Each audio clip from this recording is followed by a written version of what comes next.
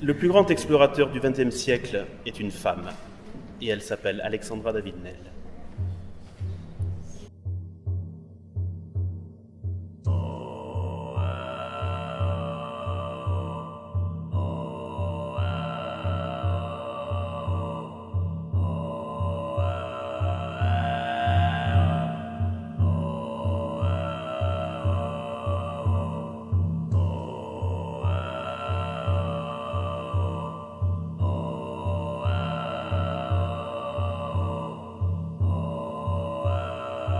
C'est la première femme à être entrée au Tibet et à Lhasa, capitale du Tibet, en 1924, alors que le pays était interdit aux étrangers. Et c'est la première femme de l'histoire qui a été lama, c'est-à-dire considérée par les lamas du Tibet comme une égale à eux, alors qu'elle était femme et blanche étrangère. Donc une femme au destin extraordinaire.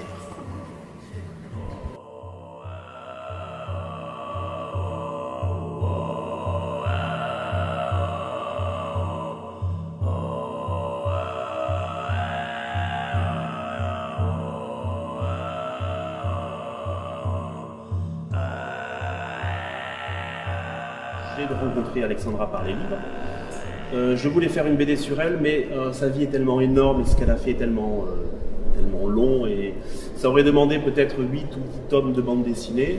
Donc j'ai un peu abandonné l'histoire et un peu plus tard j'ai découvert le livre de Marie-Madeleine Perronnet qui raconte les 10 ans passés avec elle et qui résume donc leurs 10 années plus un petit peu les flashbacks pour raconter les exploits. Et ce livre-là qui fait 200 pages en livre me paraissait une très bonne approche pour faire 150 pages de BD, donc 2 tomes de bande dessinée.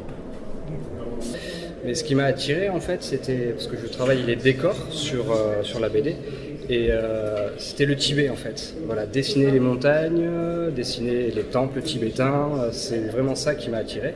Et j'ai pris le parti de découvrir le personnage d'Alexandra David-Néel en faisant la bande dessinée. Je trouvais très important de ne pas me raconter que Alexandra David-Néel qui est une légende de l'aventure, une légende de l'exploration. Je voulais parler de sa secrétaire Marie-Madeleine Perronnet qui a vécu 10 ans avec elle. Parce qu'elle, pour le coup, elle est un peu l'inverse. C'est une fille au départ timide, qui connaît pas grand-chose de la vie, qui a pas fait beaucoup d'études et qui se sent un peu inférieure, qui manque de confiance. Et qui, en faisant un contraste avec Alexandra, ça permet de voir des facettes d'Alexandra qu'on n'aurait pas vues si elle était toute seule. Et le fait de mettre son fils adoptif Yongden, qui a été son assistant pendant 40 ans, et son fils ensuite, lui aussi était un petit peu son disciple. Et à travers lui, on peut voir une autre facette d'Alexandra, qui est la facette du gourou, du chef spirituel qu'elle était, de la bouddhiste. Donc c'est quand même intéressant d'avoir toujours des personnages secondaires pour venir éclairer des angles différents du personnage. La documentation pour le Tibet s'est faite principalement par Internet. Et pour la maison à Digne, de la visite, de la doc photo. Et comme on est en relation étroite avec le musée, on peut aussi demander directement des photos à l'équipe.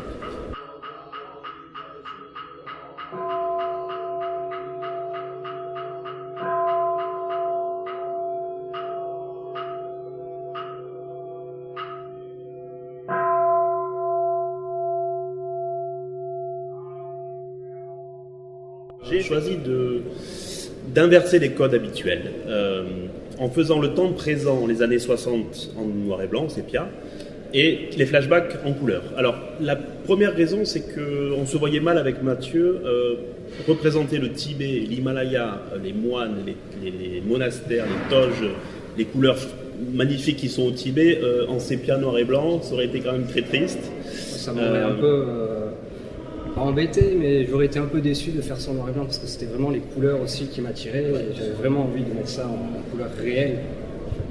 Ça, c'est la première raison. Il y a une autre raison, c'est que les images que je connais d'Alexandra, photos et vidéos, parce qu'il y a une ou deux vidéos qui traînent d'elle, tout ce que je connais d'elle est en noir et blanc. Pour moi, j'ai une imagerie d'elle et des années 60 par la télé en noir et blanc. Donc pour moi, c'était presque logique de représenter le visuel années 60 en noir et blanc. Enfin,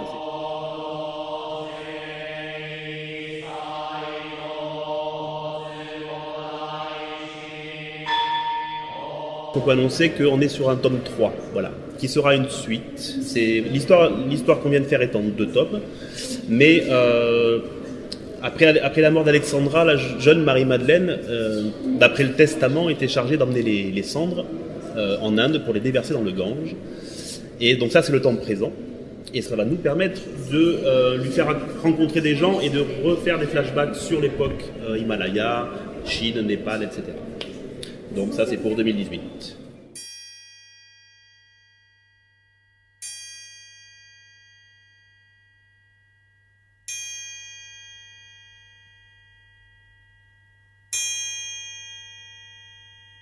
Alors, cette dague-là, celle de gauche, ça s'appelle un pourba. C'est une dague rituelle au Tibet, pour des cérémonies rituelles. Et on l'a utilisée dans l'album, vous le verrez dans l'album, le premier tome, parce qu'en fait, ce pourba a une histoire. Des moines qui se saisissaient de ce poignard tuaient des gens, comme ensorcelés par le poignard. Et ce poignard s'est retrouvé à Digne-les-Bains dans la maison. Et dans la BD, on voit Marie-Madeleine qui, elle, le prend et qui le nettoie comme si elle nettoyait un objet quelconque. On sonne à la porte, elle va voir, et puis il y a un homme qui entre et qui voit Marie-Madeleine avec ce poignard. Et lui sait que c'est le poignard magique parce qu'il a lu les bouquins d'Alexandra. Donc le gars, il devient tout blanc, il tombe à moitié dans les pommes. Et lui dit, mais vous êtes folle, ce poignard, il est enchanté, il est magique, il va vous faire tuer des gens, il va vous arriver de grands malheurs. Et Marie-Madeleine lui dit, vous savez, dans ma famille, on n'a pas attendu d'avoir des objets magiques pour avoir des malheurs.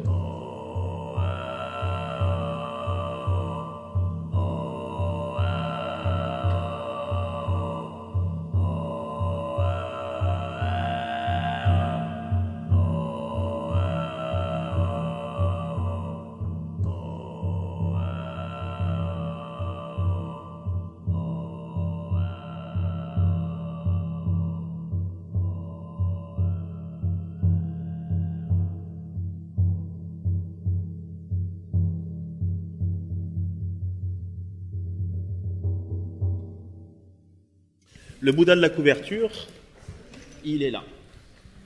C'est lui. C'est vraiment le vrai qui avait, il y a un siècle ici, il traînait ici, mais c'était lui. Et c'est celui qu'on a dessiné ici. Donc c'est assez émouvant, je trouve. Dans la biographie officielle d'Alexandra David-Néel, il y a une photo qui est très connue de la bibliothèque du musée, qui est en noir et blanc. Donc pour nous, c'était évident que, étant en lien avec le musée Guimet, étant partenaire, et puis l'histoire, c'est quand même au fond, il y a quand même le bouddhisme qui est très présent. On voulait absolument se servir de cette photo pour faire la couverture. Puis il est magnifique. Hein.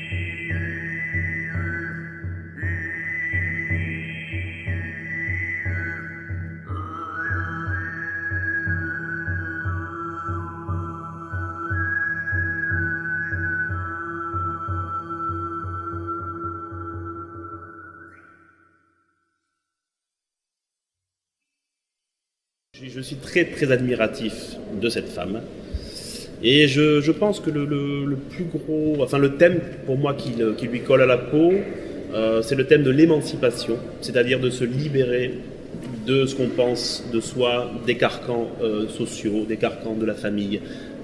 Elle, c'était une libération de sa condition de femme à l'époque. Ce que je retiens de la vie d'Alexandra, c'est toutes les vies qu'elle a eues.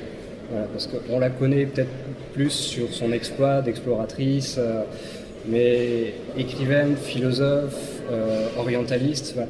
C'est arrivé à cette époque-là, en tant que femme, en plus, à avoir autant de vie, ça marque.